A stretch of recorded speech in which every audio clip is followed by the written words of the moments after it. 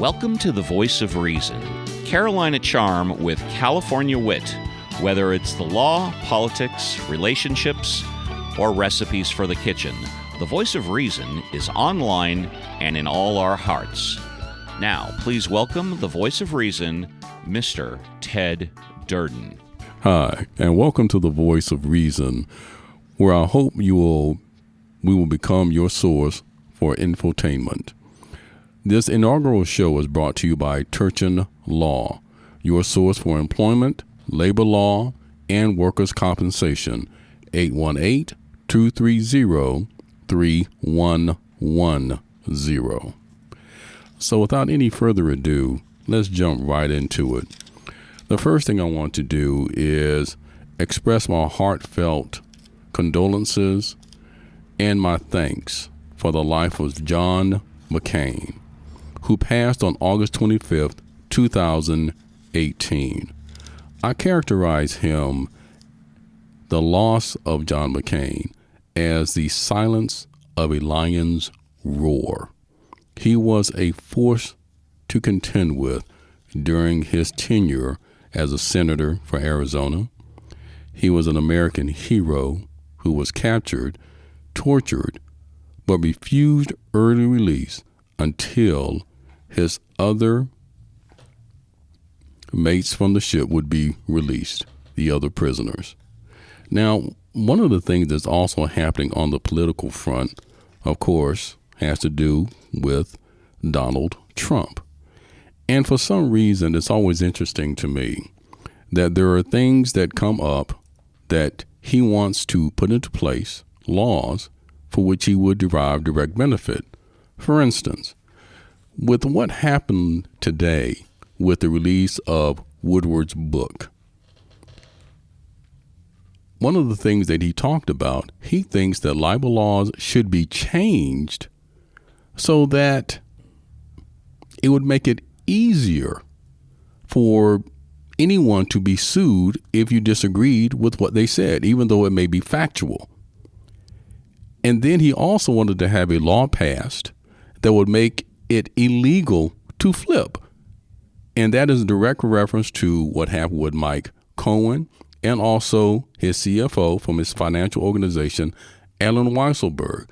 Now, for the life of me, I don't know why anyone would want that sort of law in place, because they derive personal benefit. It's long known that mafia members who were prosecuted, that they often are titillated and offered plea deals for them to flip on the mafia bosses. So if he gets rid of that, if there's a law that gets rid of that, what's going to be their motivation? There won't be any. And you have a lot of criminals of that ilk who could just skate, not be prosecuted to the fullest extent of the law. He wanted the same thing to happen with Rick Gates, who testified against Manafort. Now, Rick Gates was no choir boy, agreed, but Manafort would not have been found guilty had it not been for the fact that Rick Gates, who benefited from a plea bargain deal, to testify against Manafort. These laws are in place for a reason. For a reason. And just because Donald Trump may not like it, that does not mean that the laws are going to be changed just because he doesn't like them. The justice system simply doesn't work that way.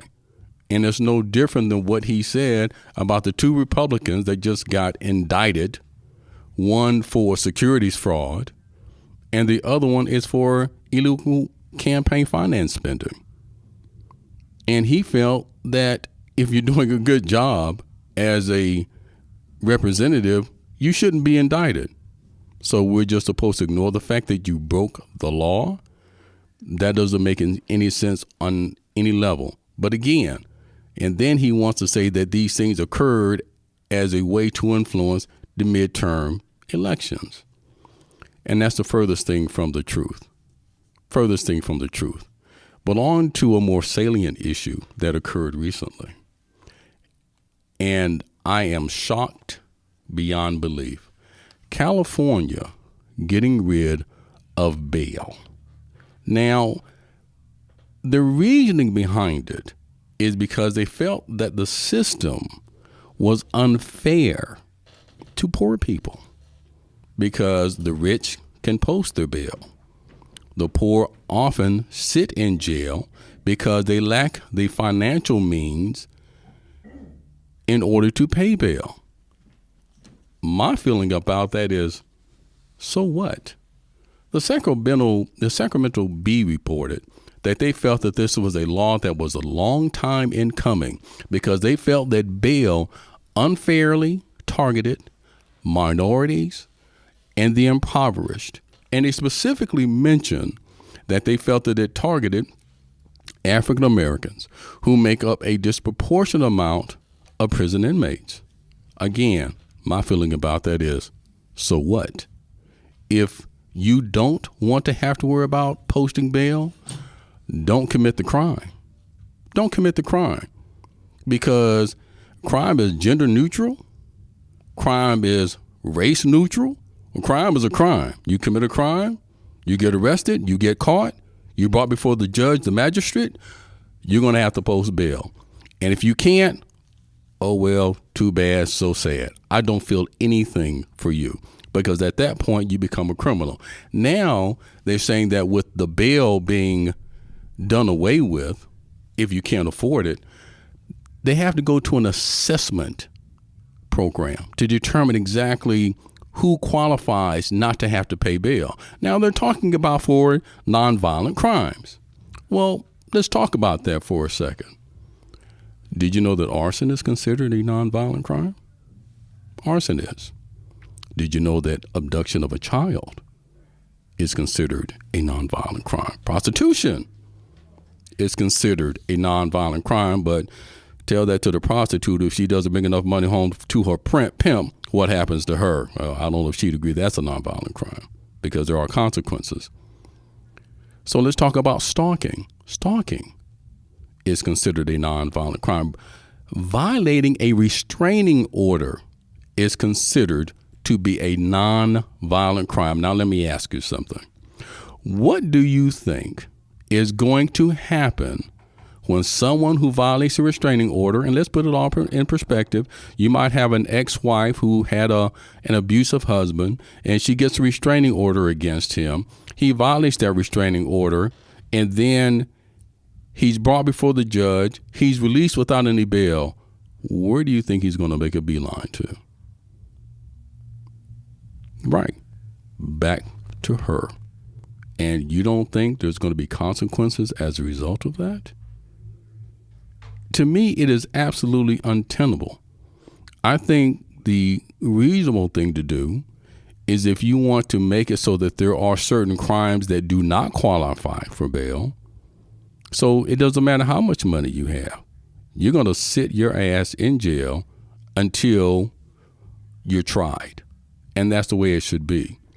Because when I looked up exactly what constituted a nonviolent crime, there was exactly 3 pages, and some of it was very scary.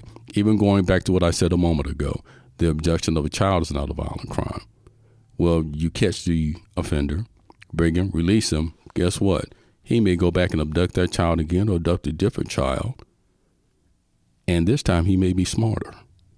This time he may not get caught. So the way some people look at it is that those with the money can quickly get out of jail, but those who are too poor to afford bail are left to remain incarcerated. During this time, they can lose their jobs, they can lose their family can suffer greatly. Personal wealth is often seen the only thing that determines who is free while awaiting trial and who remains in jail. Here's why I disagree, and that statement came from the Sacramento Bee. Let me tell you something. Bail or personal wealth is not determined who is free, awaiting trial, and who remains in jail. Our criminal system does. Your personal accountability does. As I said from the onset, don't commit the crime, bail doesn't become an issue. I have a lifelong belief. Why should I show more consideration for your family or for you than you do. Why should I do that? When you're out there committing this crime, whatever it may be, you weren't thinking about your family at the time. You weren't thinking about the consequences that you could suffer. You weren't thinking about your victim. You weren't giving any of that consideration. I'm sure you weren't thinking about getting caught, because nobody commits a crime thinking or believing that they're going to get caught. So why should I show any concern? I don't care how much money you make, what your daddy do. I don't give a damn. You commit a crime, you should suffer the consequences of that choice. I think Robert Beretta Blake said it best: if you can't do the time, don't commit the crime. Now, let's move on to something a little lighter fare, no pun intended. One thing about me is I'm a foodie. Love to cook. So, one of the dinners that I prepared recently was lamb chops with a mint pesto over mashed potatoes, and accompanied by a mixed spring salad topped with grilled asparagus and mimosa dressing. And I topped that off with a very nice bottle of wine.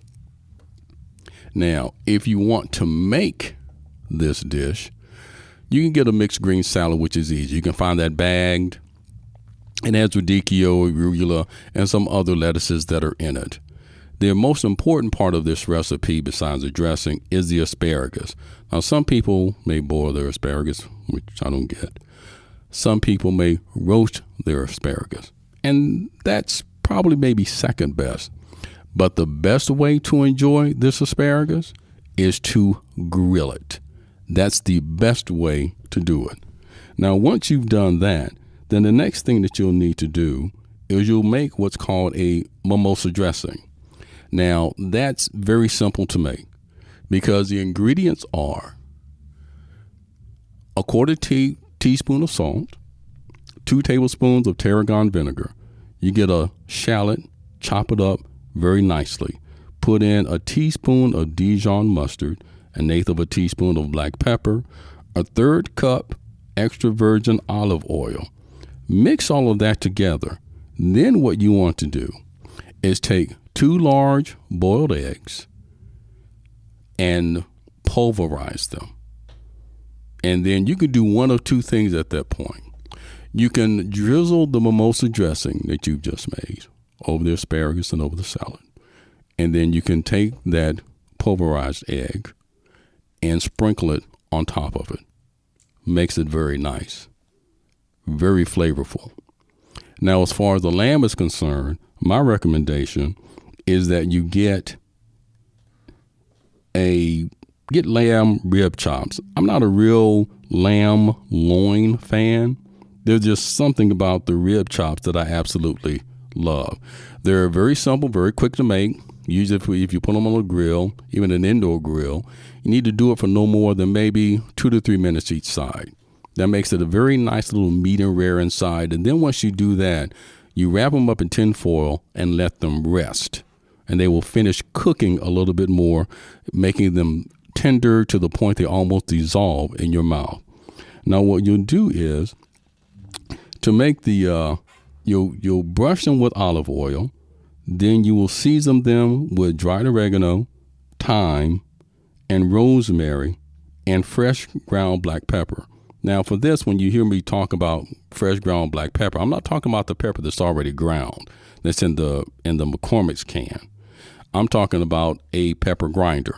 And McCormick does make a pepper grinder. And then you use a half a teaspoon of salt. Now, for the mint pesto, it's better if you have a processor.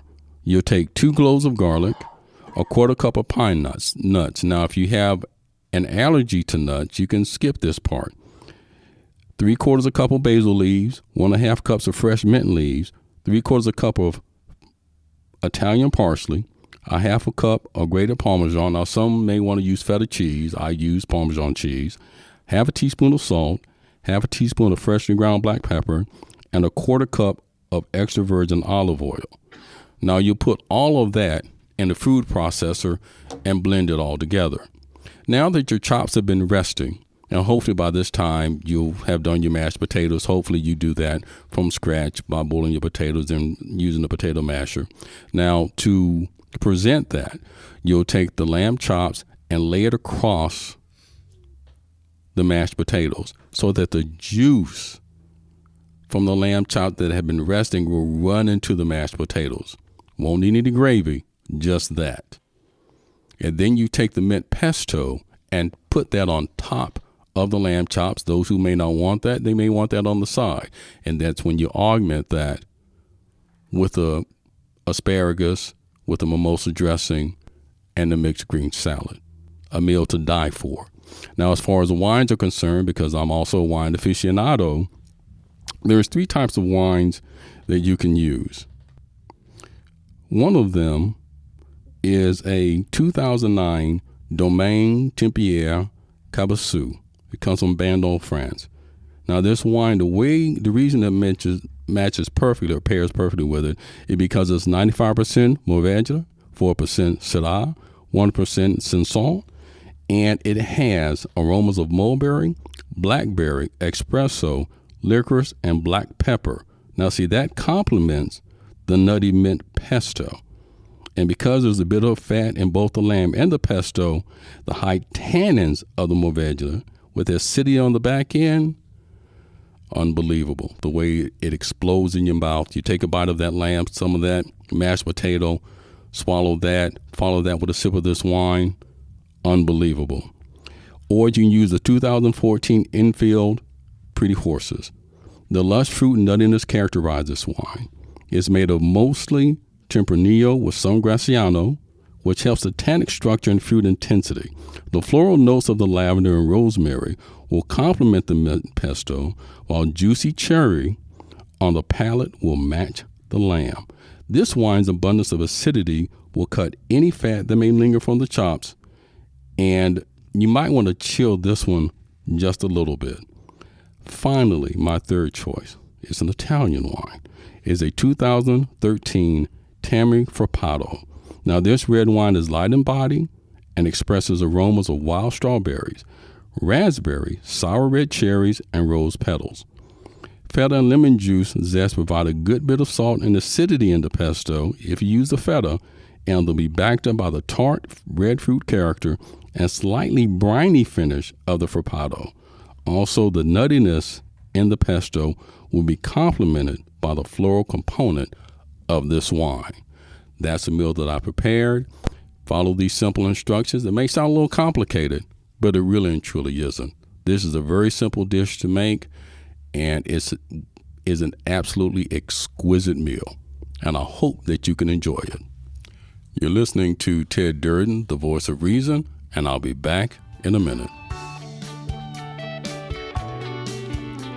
You're listening to The Voice of Reason with Ted Durden, brought to you by Turchin Law, 818-230-3110. If you need any assistance with employment, labor, or workers' compensation law, call Turchin Law, 818-230-3110. And if you like The Voice of Reason, please subscribe and tell a friend.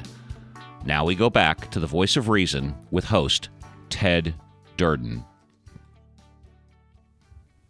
One of the things I've always found fascinating is relationships and relationship trends. Now, this one has been long time in the making. And I've had several discussions with men and women alike, mostly females, about texting and the way it adversely impacts relationships. See, in my humble opinion, I'm an old school kind of guy. And personally, I hate texting. I really do. Unless it's something quick and simple, like, are you busy? Yes. Are you hungry? Yes. You want to go to lunch? Yes. Something simple. But the way that texting is used nowadays to further relationships or meet people, it's amazing to me, because to me, it has had a dramatic adverse impact upon the art of communication, especially when it comes to expressions of love and expressions of feelings and sometimes even expressions of sadness or support. There are just some things that just cannot be conveyed in the written word. Even in poetry, as beautiful as a poem may read, but to have someone verbalize it, to have it spoken, gives it character, gives it depth. It adds meaning to it. And it's the exact same thing. Now, I know that this generation and the generation preceding it have come to rely upon texting as a primary form of communication. I've had the same issue with my own children. I have a son, had a girlfriend, and I said, "Did you talk to her today?"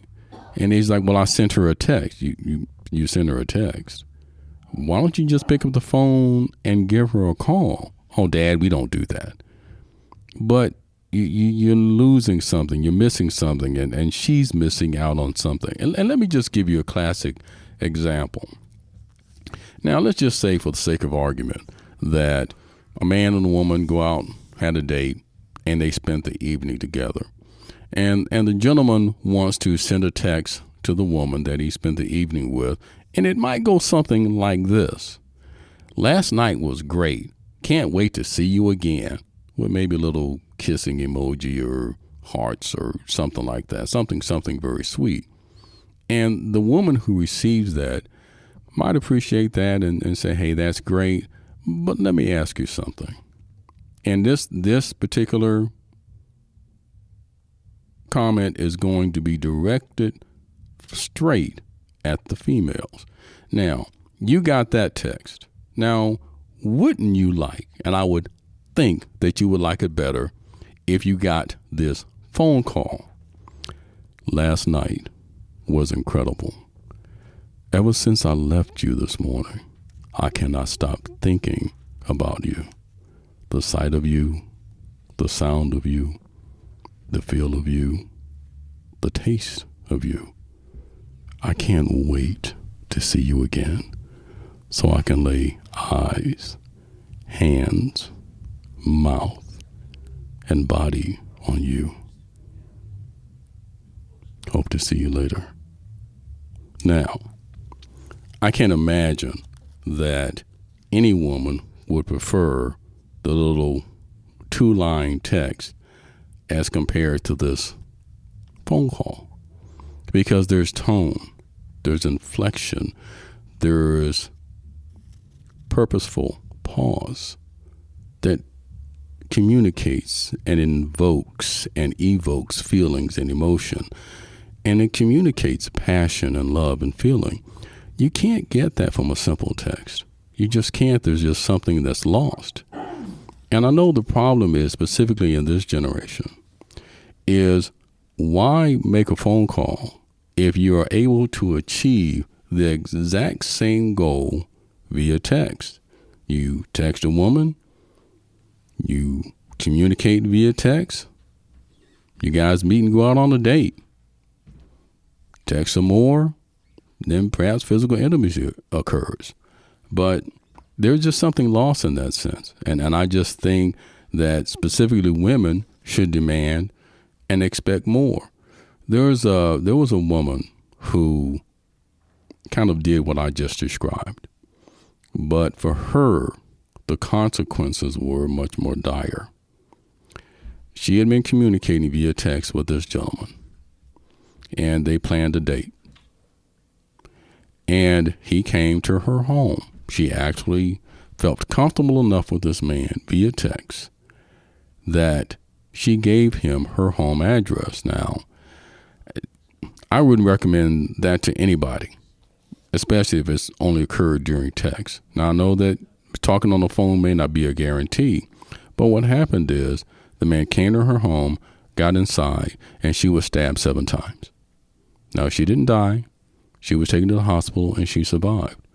But I would like to believe, and I don't think erroneously so, that had she taken the time over the same period of time, over the weeks where she'd been texting this man, that if she would have been talking to him, she might have been able to pick up something in his voice, or he might have let something slip that might have given some indication or been some portent as to what could happen to her should they actually meet each other. Or she could have said, there's something about this guy. He sounds nice, seems nice, but I don't feel comfortable, and perhaps met in a public place. So there are all sorts of risks that are involved when you're texting. But the art of communication, I believe, has been the first to fall victim to texting.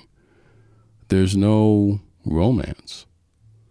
Everything is just typed out on a 2x4 screen or 1x2 screen.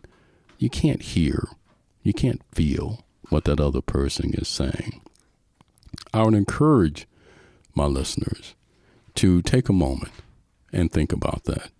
I would encourage the women specifically to demand more of the men that you're seeing, that you're dating, that you intend to date, to have them communicate with you verbally, over the phone, in person. One young lady that I spoke to, it was very saddening. She's in her, I think her late 20s, maybe early 30s.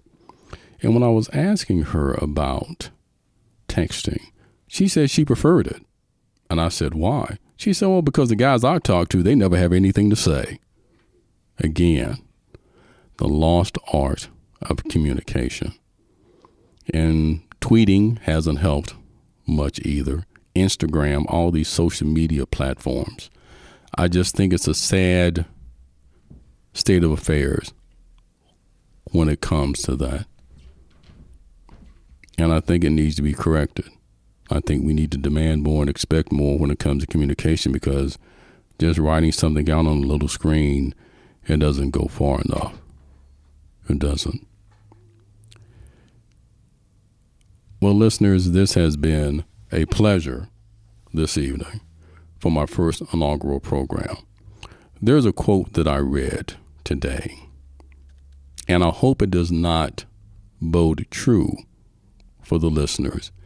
And it said, the voice of reason is inaudible to the irrational. So I'm going to ask everyone that tunes into this show to turn your ears up. Listen to what I have to say. Hopefully it will strike conversation, give you pause to think. And you may learn something from it. You don't always have to agree with what I say, but I firmly believe that the opinions I express on my show are well-reasoned and well thought out. I consider this to be an infotainment, and I hope you enjoy it, and many more to come. This has been Ted Durden, your host for the inaugural program and future shows of The Voice of Reason. You've been listening to The Voice of Reason, hosted by Mr. Ted Durden. The Voice of Reason is produced and directed by Appel & Associates and is part of the WorkCompMatters.org podcast channel. All opinions expressed on The Voice of Reason are the sole opinions of Mr. Ted Durden and do not necessarily reflect the opinions of his advertisers or the WorkComp Matters channel. For The Voice of Reason, my name is Steve Appel.